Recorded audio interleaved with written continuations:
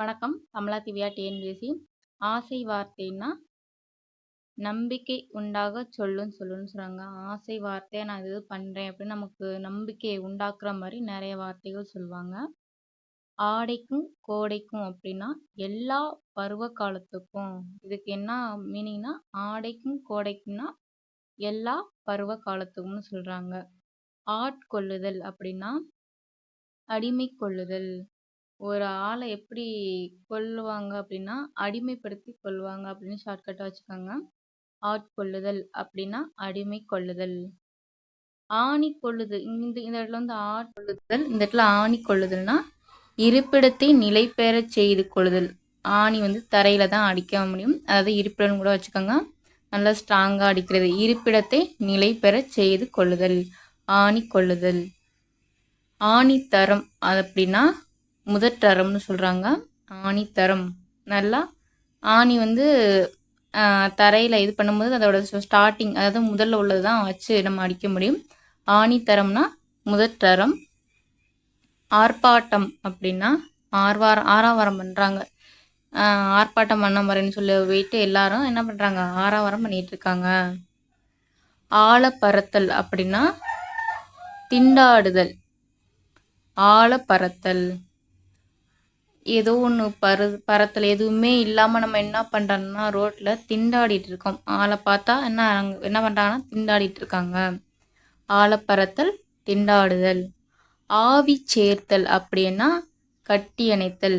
இந்த சேர்த்தல் அப்படிங்கிறது கட்டி அணைத்தல். ஆவி சேர்த்தல். இதுக்கு ஷார்ட்கட்டாக நீங்கள் எப்படி வச்சுக்கலாம்னா, ஆவியை போய் எப்படி கட்டுப்பிடிக்க முடியும், ஒரு ஆப்போசிட்டாக வச்சுக்கோங்க. ஆவி சேர்த்தல்னா கட்டி அணைத்தல். ஆழம்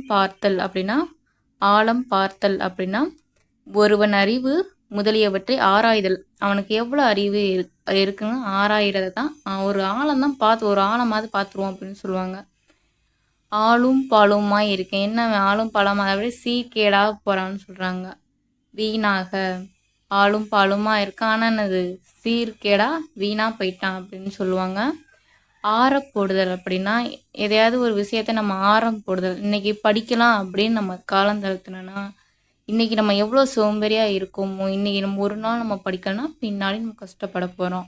இப்போயே கஷ்டப்பட்டால் மீதி இருக்கிற 25 காலத்துக்கு சந்தோஷமாக இருக்கலாம் அப்படிங்கிற ஷார்ட்கட்டாக வச்சுக்கோங்க. ஆறப்படுதல்னா காலம் தாழ்த்துதல்.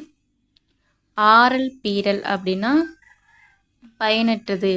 ஆறல் பீரல் அப்படின்னா பயனற்றது. பயனற்ற பொருள் பீரோ கூட ஷார்ட்கட்டாக வச்சுக்கோங்க. பீரோவை பயனற்றதாக இருக்கும். சில இது பழசாக போயிடுச்சுன்னா ஓரமாக தூக்கி போட்டுருவோம். ஆற அமர அப்படின்னா அமைதியாக இருக்கணும். ஆற அமர நம்ம அமைதியாக நம்ம யோசிக்கக்கூடிய முடிவு தான் அடுத்த வருங்காலத்தில் நமக்கு வந்து பயனுள்ளதாக இருக்கும். ஆற்றம் ஆட்டமைனா முடியாமை, இவனால் முடியலை, இந்த துன்பங்களெல்லாம் இவனால் தாங்க முடியாமை தான் என்னென்னு சொல்லுவாங்கன்னா ஆற்றம் ஆட்டாமைன்னு சொல்கிறாங்க. ஆற்றறுத்தல் அப்படின்னா இடையிற் கைவிடுதல். இப்போ நம்ம ஒரு ஆற்றுலே போகிறோம். அந்த ஆற்றுல ஒரு படகுல போகும்போது நம்ம துடுப்பு போயிடுச்சுன்னா என்ன, அது இடையில நம்ம போக வேண்டியதான். இடையிற் கைவிடுதல்.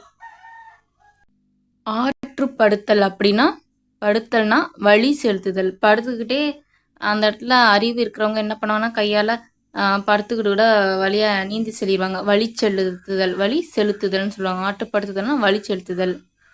இசக்கு பிசக்கு அப்படின்னா முறைகேடு. இவன் இசக்கு பிசக்கா ஏதோ ஒரு முறைகேடு பண்ணிட்டான் அப்படின்னு சொல்லுவாங்கள்ல. இசக்கு பிசக்கா ஏதோ பண்ணிட்டான், முறைகேடு பண்ணிட்டான் அப்படின்னு சொல்கிறாங்க. இசைக்கேடு இந்த இடத்துல வந்து இசைக்கேடா இந்த இடத்துல மியூசிக், அதாவது கேடாயிருச்சு. அப்போ சீர்கெட்ட நிலையை தான் அப்படி சொல்கிறாங்க. இசையே கேடாயிருச்சு, அப்போ என்னது சீர்கெட்ட நிலையை சொல்கிறாங்க. இசைவு கேடுனா நம்ம எதுக்காவது ஒரு இது சொல்கிறாங்க, அதுக்கு நம்ம இசைவு பண்ணிட்டோம்னா அதுக்கு நமக்கு பிடிக்காத ஒரு செயலுக்கு போய் நம்ம இசைவு சொல்லிட்டோம்.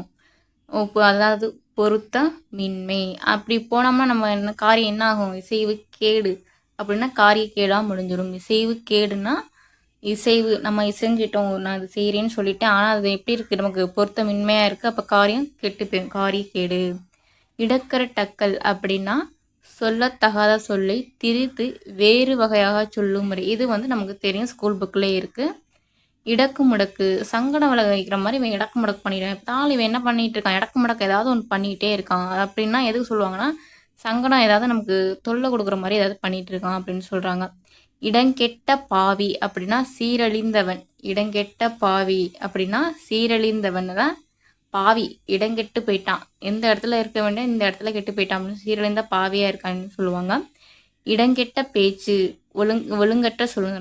அதாவது அதே இடத்துல தான் இடங்கெட்ட பாவினா சீரழிந்தவனா சொல்கிறாங்க. அதே பேச்சுங்கிறது ஒழுங்கற்ற சொல்லுங்க சொல்கிறாங்க. இடங்கேடு, வெறும் இடங்கேடு மட்டும் வந்துச்சுன்னா அந்த இடத்த பற்றி சொல்லுவாங்க. அந்த வறுமையாக இருக்கலாம், தாறுமாறாகவும் இருக்கலாம். வறுமை எப்படி இருக்குது, தாறுமாறாக வந்து இடமே கேடாயிருச்சுன்னு சொல்லுவாங்க. ஒருத்தவங்களுக்கு இடம் கொடுத்தோம் அப்படின்னா இடம் கொடுத்தல். கண்டிப்பின்றி நடக்க விடுதல் தான் இடம் கொடுத்தல்னு சொல்கிறாங்க. அல்லது பிடி கொடுக்கலாம், நம்ம வழிக்கு வருவான் அப்படின்னு சொல்லிட்டு நமக்கு வந்து ஃப்ரீயாக வர்றது தான் இடம் கொடுத்தல். அப்படின்னா கண்டிப்பின்றி நடக்க விடுதல், பிடி கொடுத்தல். இடம்படுதல் அப்படின்னா விசாரித்தல். இப்போ நம்ம வந்து ஒரு இடத்துல படுதல் அப்படின்னா, இப்போ நம்ம ஒரு இடத்துக்கு நம்ம போய் தங்க போகிறோம்னா 1000 இடத்துல விசாரிப்போம், இது நல்ல இடமா, அது மாதிரி தான் ஷார்ட்கட்னா இடம் படுதல். அப்படின்னா நம்ம படுக்க போகிறோம் அப்படின்னா விசாரித்தல்னா விசாரித்தல். இடம் பண்ணுதல் அப்படின்னா அந்த இடத்துல நம்ம இடத்துல தங்குறோம், அப்போ நம்ம சமைக்க ஏதாவது தேவைப்படும்ல, உணவு வழிபாடுக்கு இடத்தை துப்புரவு செய்தல்னு சொல்கிறாங்க. இடித்துரைத்தல் அப்படின்னா வற்புறுத்தி கூறுதல். இவனை அடிச்சாவது ஏதாவது பண்ணுங்களான்னு சொல்லுவாங்கள்ல, மண்டையில் ஏறுற மாதிரி. இடித்துரைத்தல் அப்படின்னா வற்புறுத்தி கூறணும், அழுத்தி சொல்லுதல் சொல்கிறாங்க. வற்புறுத்தி கூறணும், அழுத்தி சொல்லுதல்னு சொல்கிறாங்க. இடுக்கு பிள்ளை அப்படின்னா இடுப்பில் உட்காந்துருக்க பிள்ளை, என்னடா என்ன அவன் கை குழந்தை மாதிரி இருக்கான், இடுப்பில் உள்ள பிள்ளை மாதிரின்னு சொல்லுவாங்க. இடுக்கு பிள்ளை அப்படின்னா கை குழந்தைன்னு சொல்கிறாங்க. இடுக்கு முடுக்கில், அந்த இடுக்கு முடுக்குலே உட்காந்து ஒன்று இடுப்புலன்னா கை குழந்தைன்னு சொல்லுவாங்க. இடுக்கு முடுக்குன்னு வந்தால் மூளை முடுக்குலே போய் உட்காந்துருக்கானே அப்படின்னு சொல்லுவாங்க. இடுக்கு முடுக்கில் ஏன்டா உட்காந்துருக்க அப்படின்னு கேட்பாங்க. மூளை முடுக்கு. நம்ம படிக்கிறது கூட ஒரு இடுக்கு முடுக்கில் கூட சில பேர் உட்காந்து படிப்பாங்க. அவங்க அது வந்து அவங்களுக்கு பிடிக்கும். சில பேருக்கு வந்து இடுமருந்து அப்படின்னா வசிய மருந்து. இந்த இடத்துல நம்ம மருந்து போட்டால் அது ஆறிருன்னு சொல்லுவாங்களா, இந்த இடத்துல நம்ம இந்த இதை சொன்னால் நமக்கு வந்து அவங்க வசியம் ஆயிடுவாங்க அப்படிங்கிற ஒரு வார்த்தைகளை நம்ம வந்து பேசுவோம். இடுமருந்து, வசிய மருந்துன்னு சொல்கிறாங்க. இடைக்கிடை அப்படின்னா இடையில அவன் வந்துட்டு ஊட வந்துட்டு போனான், நம்ம ஊடவே வர்றானே நமக்கு தொல்லை கொடுக்குறதுக்குன்னு சொல்லுவான். இடைக்கு இடை அப்படின்னா ஊடே. இடைக்கொள்ளை அப்படின்னா ஊடு தட்டுன்னு சொல்கிறாங்க. இடைக்கொள்ளை என்னத்தை கொள்ளை அடிச்சுட்டு போகிறான், தட்டை கொள்ளை அடிச்சுட்டு போகிறான்னு கூட ஷார்ட்கட்டை வச்சுக்காங்க. நன்றி, வணக்கம். தமிழா திவ்யா, TNBC.